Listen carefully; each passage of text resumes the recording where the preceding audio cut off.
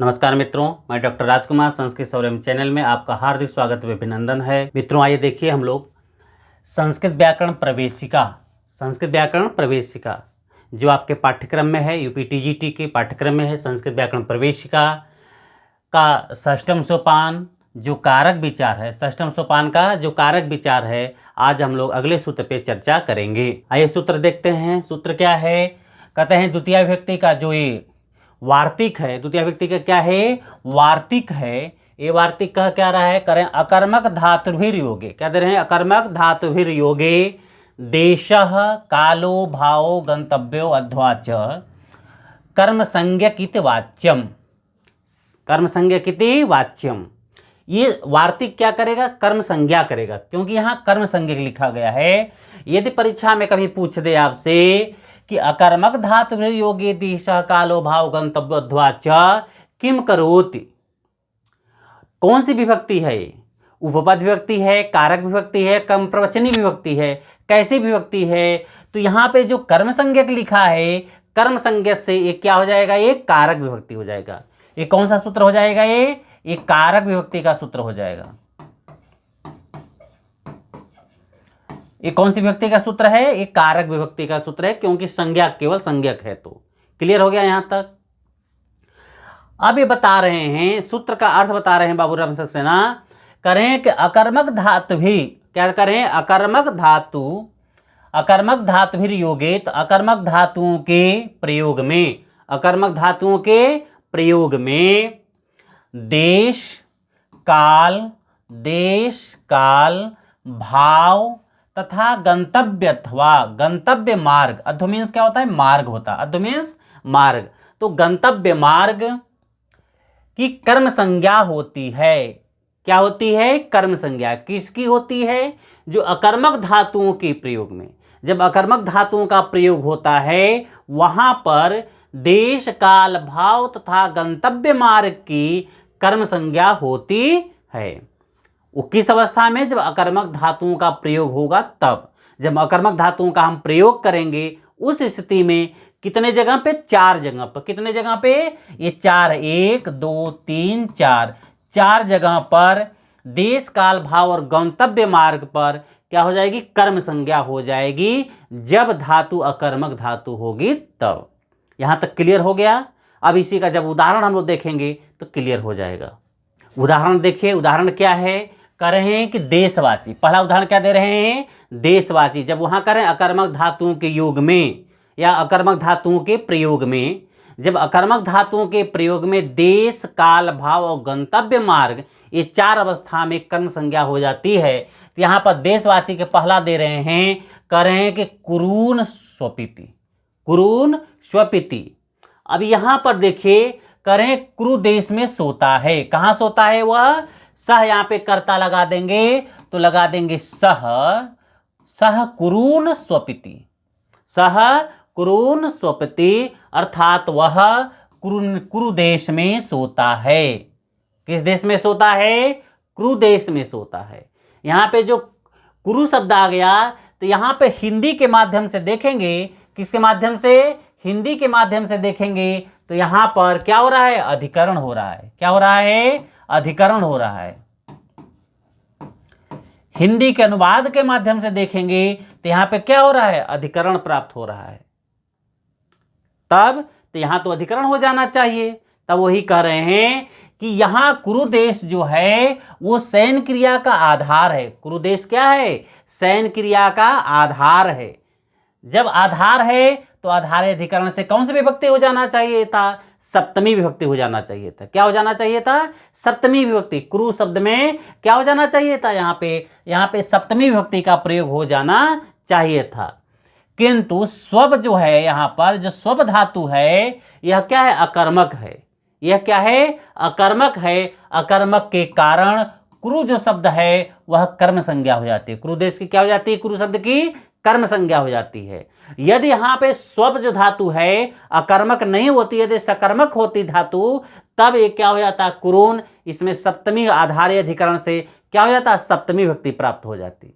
इसलिए यहाँ पर इस उदाहरण में दे रहे हैं कि जो सह कुरून स्वपिति में यहाँ क्रून जो है आधार होने से आधारे ऋण से सप्तमी प्राप्त हो रही थी, किंतु अकर्मक धातु भी योगे देश काल भाव गंतव्य जो सूत्र है इस वार्तिक के माध्यम से, किससे, इस वार्तिक के माध्यम से अब यहाँ पर जो क्रून शब्द है ये क्या हो गया, यहाँ पे कर्म संज्ञा प्राप्त हो गई। क्रून शब्द की क्या हो जाएगी, कर्म संज्ञा हो गई। अब कर्म संज्ञा होने से कर्मणि द्वितीया, ये केवल कर्म संज्ञा, जो वार्तिक है केवल कर्म संज्ञा करेगा, फिर कर्मणि द्वितीया से द्वितीय व्यक्ति हो करके क्या बन जाएगा, क्रून बन जाएगा। क्या बन जाएगा, क्रून बन जाएगा। इसलिए सह क्रून स्वपिति हो जाएगा। इसी में अगला उदाहरण दे रहे हैं, कालवाचक का उदाहरण दे रहे हैं। किसका उदाहरण दे रहे हैं, कालवाचक का जब उदाहरण दे रहे हैं तो कालवाचक उदाहरण में देखिए क्या कर रहे हैं, करें मासम आस्ते। क्या दे रहे हैं, मासम आस्ते। यहाँ पर जो मासम आस्ते दे रहे हैं यह क्या है, कहते वो महीने भर रहता है, महीने भर रहता है। तो यहाँ पे कर्ता के रूप में हम क्या कर लेंगे, सह का आक्षेप कर लेंगे, सह यहाँ पे ले लेंगे कर्ता के रूप में। अब हो गया सह मासम आस्ते, क्या हो जाएगा, सह मासम आस्ते, वह महीने भर रहता है। इस स्थिति में जब यह रूप बनता है तो अब यहाँ पर जो मासम शब्द आया हुआ है, क्या आया हुआ है, मासम शब्द आया हुआ है। इस उदाहरण में करें, इस उदाहरण में जो मास शब्द है वो आस अकर्मक धातु के योग में आया हुआ है, योग में अर्थात प्रयोग में आया हुआ है। ये मास जो आस आस्ते शब्द है यह आस धातु अकर्मक धातु के योग में है, इसलिए यहाँ पर क्या है, महीने भर सोता में मास जो मासम शब्द है यहाँ पर कर्म संज्ञा हो जाती, मास की क्या हो जाएगी, कर्म संज्ञा हो जाएगी। और कर्म संज्ञा होने पर फिर कर्मणि द्वितीया से द्वितीय विभक्ति हो जाएगी। यहाँ पे क्लियर हो गया।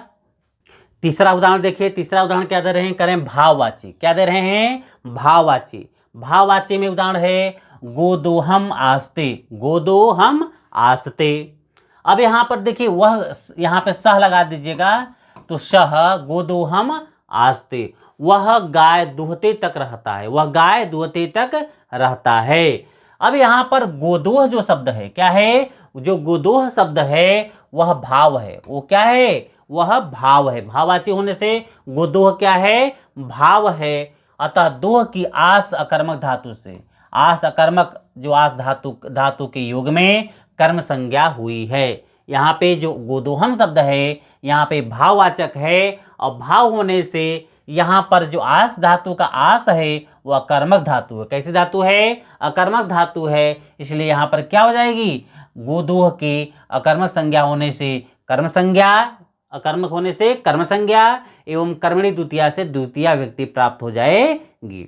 प्रश्न इसको ऐसे भी बन सकता है कि गोदोहम आस्ते ये कौन सी काल का है, कौन सा इसका प्रयोग है। चार भाग दे देगा, गोदोहम आस्ते इति कह दे देगा, भाववाची, कालवाची, ऐसे करके आपको बना लेगा गंतव्य मार्गवाची। तो आपको बताना होगा कि गोदोहम आस्ते किस में आता है, कौन सा उदाहरण, किसका उदाहरण, देशवाची का है कि मासवाची का है कि भाववाची का है कि गंतव्य मार्गवाची का है, किसका उदाहरण है, ये आपको जानना है। चारों उदाहरण बार बार परीक्षा में पूछ सकता है कि किसका उदाहरण है, तो आपको बताना रहेगा कि किसका ये उदाहरण है, भाववाची का है कि देशवाची का है कि मासवाची का है, तो ये आपको बताना होगा। अगला उदाहरण इसमें दे रहे हैं, देखिए ये दे रहे हैं गंतव्य मार्ग का उदाहरण। किसका दे रहे हैं, गंतव्य मार्ग का उदाहरण दे रहे हैं। गंतव्य मार्ग का एक चौथा उदाहरण है, कौन सा उदाहरण है, चौथा उदाहरण है, कह रहे हैं कि क्रोशम आस्ते। क्या दे रहे हैं, क्रोशम आस्ते। यहाँ जो क्रोशम आस्ते दे रहे हैं वह करें कि इसका कर्ता भी लगा लीजिएगा, सह, कर्ता क्या लग जाएगा, सह लग जाएगा, तो सह क्रोशम आस्ते हो जाएगा। क्या हो जाएगा उदाहरण, सह क्रोशम आस्ते। यहाँ पर वह कोश भर में रहता है, क्या कर रहे हैं, वह कोश भर में रहता है। अब यहाँ जब कोश भर में, यहाँ पर देखिए जो गंतव्य मार्ग बता रहे हैं वह कोश भर में रहता है, कोई निश्चित नहीं, वो लंबा बहुत समय तक रहता है। तो यहाँ पर जो अकर्मक धातु क्या है, आस्ते में आस है, आस क्या है, यहाँ पे अकर्मक धातु है। और अकर्मक धातु के योग में या प्रयोग में गंतव्य मार्ग जो क्रोश है, ये जो गंतव्य मार्ग क्या है, जो कोश गंतव्य कोश भर रहता है, जो गंतव्य मार्ग की क्या हो जाएगी, कर्म संज्ञा हो जाएगी। क्या हो जाएगी, कर्म संज्ञा हो जाएगी। जब कर्म संज्ञा हो जाएगी तो कर्मणि द्वितीया से क्या हो जाएगा, द्वितीया विभक्ति। कर्मणि द्वितीया सूत्र से क्या हो जाएगा, द्वितीया विभक्ति हो जाएगा। कर्मणि द्वितीया से यहाँ पे द्वितीया विभक्ति प्राप्त हो जाएगी। इस प्रकार से इसका जो 4 उदाहरण आपके सामने प्रस्तुत किया गया, चारों उदाहरण बहुत इंपॉर्टेंट है। परीक्षा के दृष्टि से कभी भी किसी प्रकार से घुमा कर पूछ सकता है। यहाँ पे पूछ सकता है कि गोदोहम किससे संबंधित है, फिर यहाँ पूछ सकता है क्रोशम आस्ते किससे संबंधित है, भाववाची, गंतव्य मार्गवाची, देशवासी, मासवाची किससे संबंधित है। इसके बाद ऐसे क्वेश्चन पूछा जा सकता है कि आस कैसी धातु है, अकर्मक धातु है कि सकर्मक धातु है। इस प्रकार से क्वेश्चन पूछा जा सकता है। और यहाँ पे पूछा जाता गोदोहम जो है इसमें किस सूत्र से द्वितीया विभक्ति हुआ है। यहाँ पर यदि दे देता है आपको कर्मणि द्वितीया, तो यहाँ पर कर्मणि द्वितीया से भी और अकर्मक धातु भी योगी देश काल भाव गंतव्यो जो कर्म संज्ञक से आते यहाँ पे दिया गया है, इस वार्तिक से भी यहाँ पे कर्म संज्ञा और कर्मणि द्वितीया से द्वितीया विभक्ति हुआ है। अब यहाँ पूछा जा सकता है कि इसमें कौन सी धातुओं का प्रयोग किया गया है, एक किस वचन की धातु है। तो आस्ते पूछा जा सकता है किस वचन की धातु है। तो आस्ते किस वचन की धातु है, तो यहाँ पर एक वचन, प्रथम पुरुष एक वचन की धातु है, प्रथम पुरुष एक वचन की धातु है। इस प्रकार से इसमें क्वेश्चन पूछा जा सकता है और आप इसको तैयार कर लीजिए, परीक्षा के लिए काफ़ी इंपॉर्टेंट है। अगला सूत्र देखिए, अगला सूत्र क्या है, अधिसिंह स्था साम कर्म, अधिसिंह स्था साम कर्म, ये सूत्र है। इसका संख्या क्या है, 1446 है। संख्या क्या है इसका, 1446।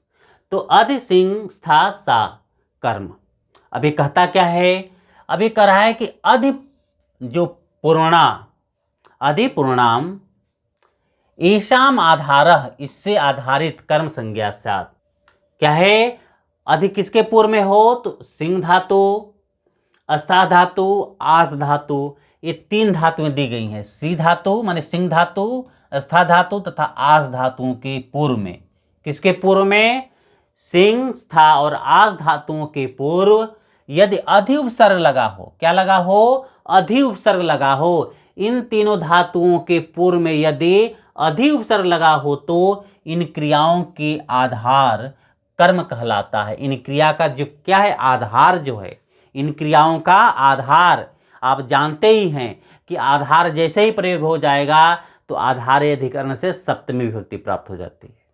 क्या प्राप्त हो जाती है, आधार जैसे ही आधार के चर्चा चलेगी, आधार्य अधिकरण से कौन सी विभक्ति प्राप्त हो जाएगी, सप्तमी विभक्ति प्राप्त हो जाएगी।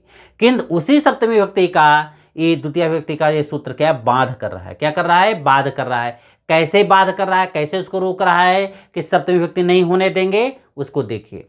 अब ये जो सूत्र है, जैसे ही ये कह रहा है कि आधार की, तो आधार्य अधिकरण सप्तमी विभक्ति प्राप्त हो जाती है। कि जैसे ही आत्कर सूत्र कहता है कि अधि सिंह स्था साम कर्म, अर्थात सिंह और अस्था और आस धातुओं के पूर्व में यदि अधि उपसर्ग लगा हो, क्या लगा हो, अधि उपसर्ग लगा हो, तो आधार का कर्म संज्ञा हो जाए। क्रिया का जो आधार होगा, क्रिया का जो आधार होगा, क्रियाओं के आधार तथा क्रिया का जो आधार, वो क्या कहलाएगा, वो कर्म संज्ञक कहलाएगा। क्या कहलाएगा, वो कर्म संज्ञक कहलाएगा। तो अब कह रहे हैं कि क्रियाओं का आधार कर्म संज्ञक कहलाएगा किस स्थिति में, तो इसके आगे अधि उपसर्ग लगा हो, सिंह के आगे अधि लगा हो, स्था के अधि उपसर्ग लगा हो और आस धातु के पूर्व में क्या लगा हो, अधि उपसर्ग लगा हो। इन तीनों में अधि उपसर्ग लगा हो, तब कहते हैं आधा क्रियाओं के आधार की कर्म संज्ञा प्राप्त हो जाती है। इसी को बाबूराम सक्सेना उदाहरण दे रहे हैं। सिद्धांत कौमुदी से हट करके बाबूराम सक्सेना में देखिए उदाहरण प्राप्त होता है। उदाहरण क्या है, कर रहे हैं यहाँ पर बाबूराम सक्सेना उदाहरण दे रहे हैं कि चंद्रापीडः, क्या दे रहे हैं, चंद्रापीडः मुक्ताशिलापट्टम अधिशिष्ये।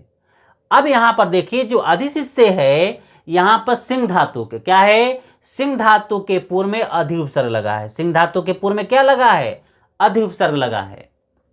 अब यहाँ पर देखिए ये जो चंद्रापीठ है ये तो कर्ता है, चंद्रापीठ क्या है यहाँ पे कर्ता हो गया। जब चंद्रापीठ यहाँ पर कर्ता है, उसी कर्ता का जो क्रिया, ये क्रिया हो गई, और क्रिया का आधार क्या है, मुक्ताशिलापट्टम है। मुक्ताशिलापट्टम ये क्या है, ये क्रिया का आधार है, क्रिया का क्या है, ये आधार है। चंद्रापीठ यहाँ पर तो कर्ता हो गया क्योंकि प्रथमांत है, ये कर्ता है यहाँ पे, और ये यहाँ द्वितीयांत है तो कर्म हो गया, और ये जो शिष्य है क्रिया है, तो इस चंद्रापीठ कर्ता का क्रिया क्या हो गया, अधिशिष्य हो गया। किंतु ये जो मुक्ताशिलापट्टम है ये क्रिया का आधार है, क्रिया का क्या है, आधार है। जब ये क्रिया का आधार था, अब यहाँ पर केवल सिंह धातु का प्रयोग किया जाता। किसका प्रयोग किया जाता, केवल सिंह धातु का प्रयोग किया जाता, दिया जाता, शिष्य दे देता। केवल क्या करता यहाँ पर, केवल शिष्य यहाँ पर लिखता, केवल यहाँ पर शिष्य लिख देता। तब ऐसे स्थिति में, जब शिष्य लिखता, ऐसे स्थिति में ये जो मुक्ताशिलापट्टम है, यहाँ पर सप्तमी विभक्ति प्राप्त हो जाती। कौन सी विभक्ति प्राप्त हो जाती, सप्तमी विभक्ति प्राप्त हो जाती, और ये बन जाता मुक्ताशिलापट्टे बन जाता। क्या बन जाता, मुक्ताशिलापट्टे बन जाता। किंतु जैसे ही अधिशिष्य में कराए, अधिसिंह साम कर्म सूत्र कहता है कि शिष्य जो सिंह धातु है उसके पूर्व में यदि अधि उपसर्ग लग जाता है, क्या लग जाता है, अधि उपसर्ग लग जाता है, तो शिष्य के पूर्व में क्या, अधि उपसर्ग लग गया। जब अधि उपसर्ग लग गया तो ये क्रिया का जो आधार है, किसका, ये जो क्रिया का जो आधार है, ये मुक्ताशिलापट्टम, अब इसमें क्या हो जाएगा, इसका अधिकरण प्राप्त हो रहा था, उसी अधिकरण को ये क्या कर देगा, कर्म कर देगा। क्या कर देगा, कर्म कर देगा। जब कर्म कर देगा, कर्म संज्ञा प्राप्त हो जाएगी, तब कहते जैसे ही कर्म प्राप्त होगा तो कर्मणि द्वितीया से द्वितीया विभक्ति प्राप्त हो जाएगी। इसलिए यहाँ पर अधिसिंह स्था कहते हैं तीन धातुएं कौन है, से, स्था और आस, तीन धातुओं के पूर्व में यदि उपसर्ग लगा है तो क्रियाओं के आधार की कर्म संज्ञा प्राप्त हो जाती है। अगला उदाहरण देखिए, इसी में बाबूराम सक्सेना दूसरा उदाहरण दे रहे हैं, कर रहे हैं कि अर्धासनम, क्या दे रहे हैं, अर्धासनम गोत्र विदो अधितस्थव, अधितस्थव। अब यहाँ पे जो तस्थव दे रहे हैं, अधितस्थव, अब यहाँ पर देखिए अस्था धातु है, इसमें कौन सी धातु है, अस्था धातु है। इसके पूर्व में क्या लगा हुआ है, अधि उपसर्ग लगा हुआ है। तब ये जो अर्धासन है, क्या है, अर्धासनम जो है ये क्रिया का आधार है, क्रिया का क्या है, आधार है। और गोत्रभिदः क्या है, यहाँ पर एक कर्ता है, क्या है, कर्ता है। और यह अर्धासनम क्या है, क्रिया का आधार है, और क्रिया के आधार पर अभी अधि उपसर्ग लगने के कारण अधिसिंह स्था सा कर्म सूत्र से अर्धासनम की कर्म संज्ञा और कर्मणि द्वितीया से द्वितीय विभक्ति प्राप्त हो जा रही है।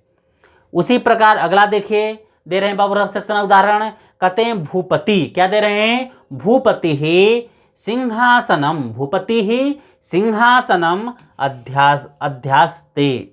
अब यहाँ पे अध्यास्ते जो दे रहे हैं, यहाँ पर देखिए ये जो भूपति है, क्या है, भूपति है जो है ये कर्ता है, ये क्या है, ये कर्ता है। जब ये कर्ता है तो ये कर्ता का क्रिया क्या हो गया, करें अध्यासते, क्या बन गया, अध्यासते क्रिया का कर्ता है।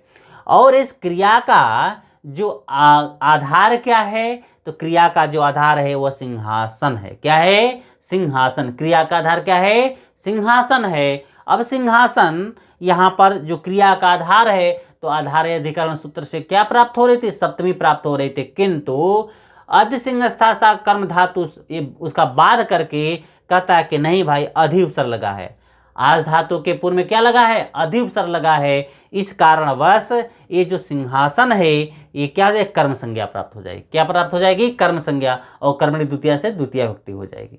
यहाँ तक क्लियर हो गया बाबूराम सक्सेना।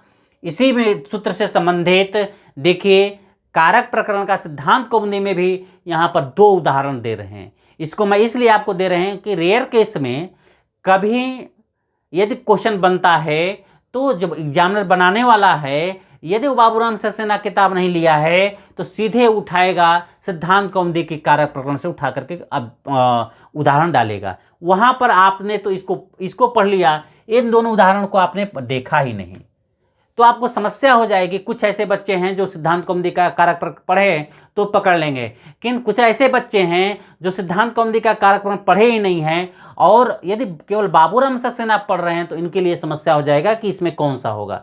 तो आप देख लीजिए, यहां दे रहे हैं कि अधिस्थिति, क्या दे रहे हैं, अधिस्थिति दे रहे हैं, फिर अधितिष्ठति दे रहे हैं और अध्यास्ते दे रहे हैं। तीनों धातुएं प्राप्त हो रही हैं।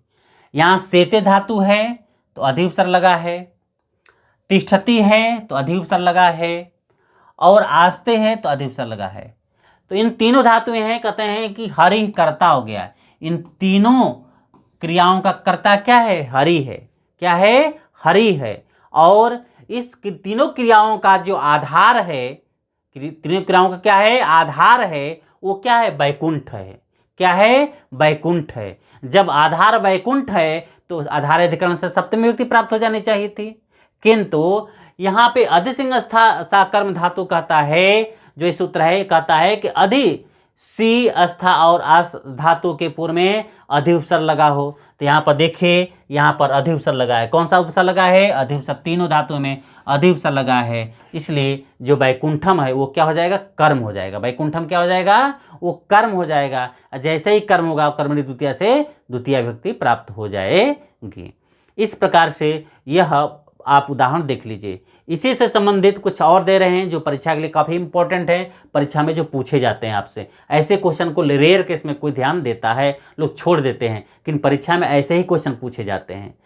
करें कि अधि उपसर्ग न लगा हो तो, जब अधि उपसर्ग न लगा, जैसे हम आपको बताते चल रहे हैं, जब अधि उपसर्ग न लगा हो तो आधार के अधिकरण होने के कारण, आधार के अधिकरण होने के कारण उसमें कौन सी विभक्ति हो जाएगी, सप्तमी हो जाएगी। क्या हो जाएगी, सप्तमी हो जाएगी।